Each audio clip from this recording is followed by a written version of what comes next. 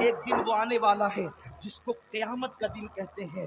اس دن سب کو اللہ کی عدالت میں کھڑے ہونا ہوگا. یہاں کچھ بھی کہہ لے, یہاں کچھ بھی کر لے, یہ 2 دن کی ہے دنیا.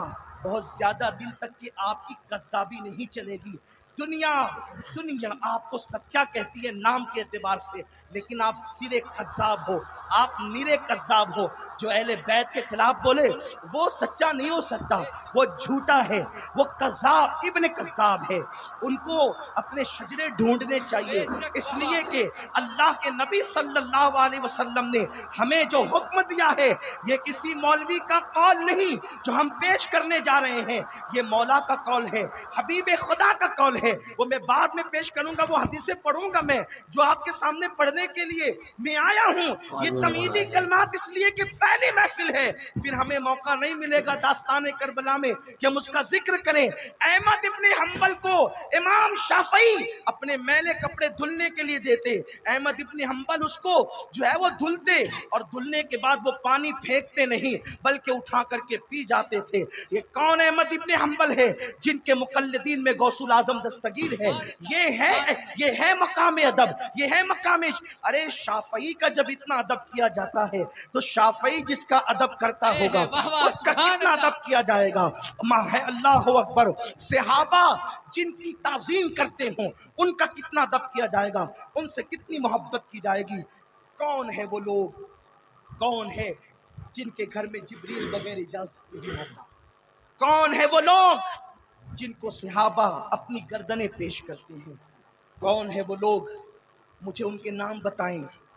کون ہے آدم سے لے کے عیسیٰ تک, عیسیٰ سے لے کر صحابہ تک, صحابہ سے لے کر غوث الاعظم تک, غوث الاعظم سے لے کر امام مہدی تک, قیامت تک.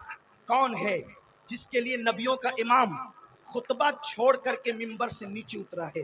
اس کا نام تو بتاؤ, وہ کون ہے؟ کون ہے؟ ارے جب خطبہ ہو رہا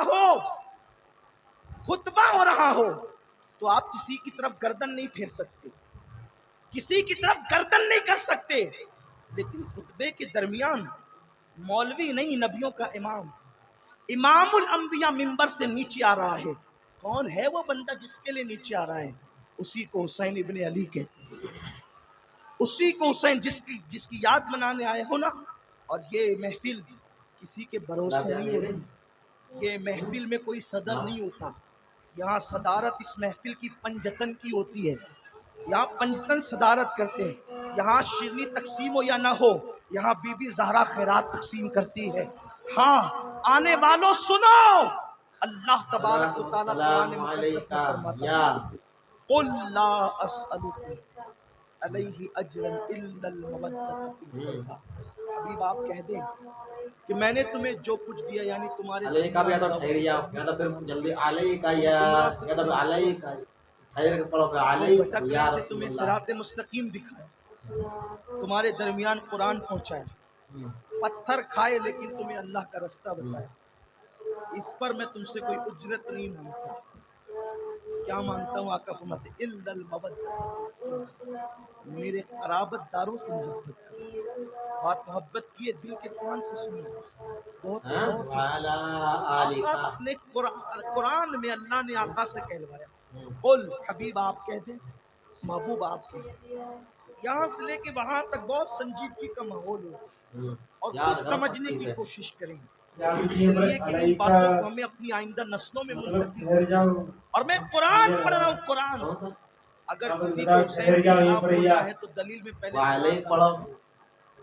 اگر کسی کو اہل بیت کے خلاف بولنا ہے تو دلیل میں حدیث لانا پڑے گی,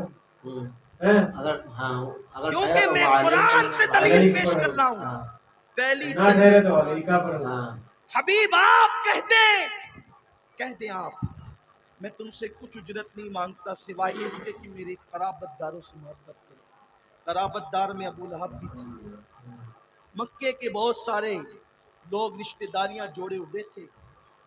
آقا نے پوچھا یا رسول اللہ, ہمارے ماں باپ آپ کا قربان, جب اللہ کا حکم آ گیا کہ آپ کے رشتہ داروں سے ہم محبت کریں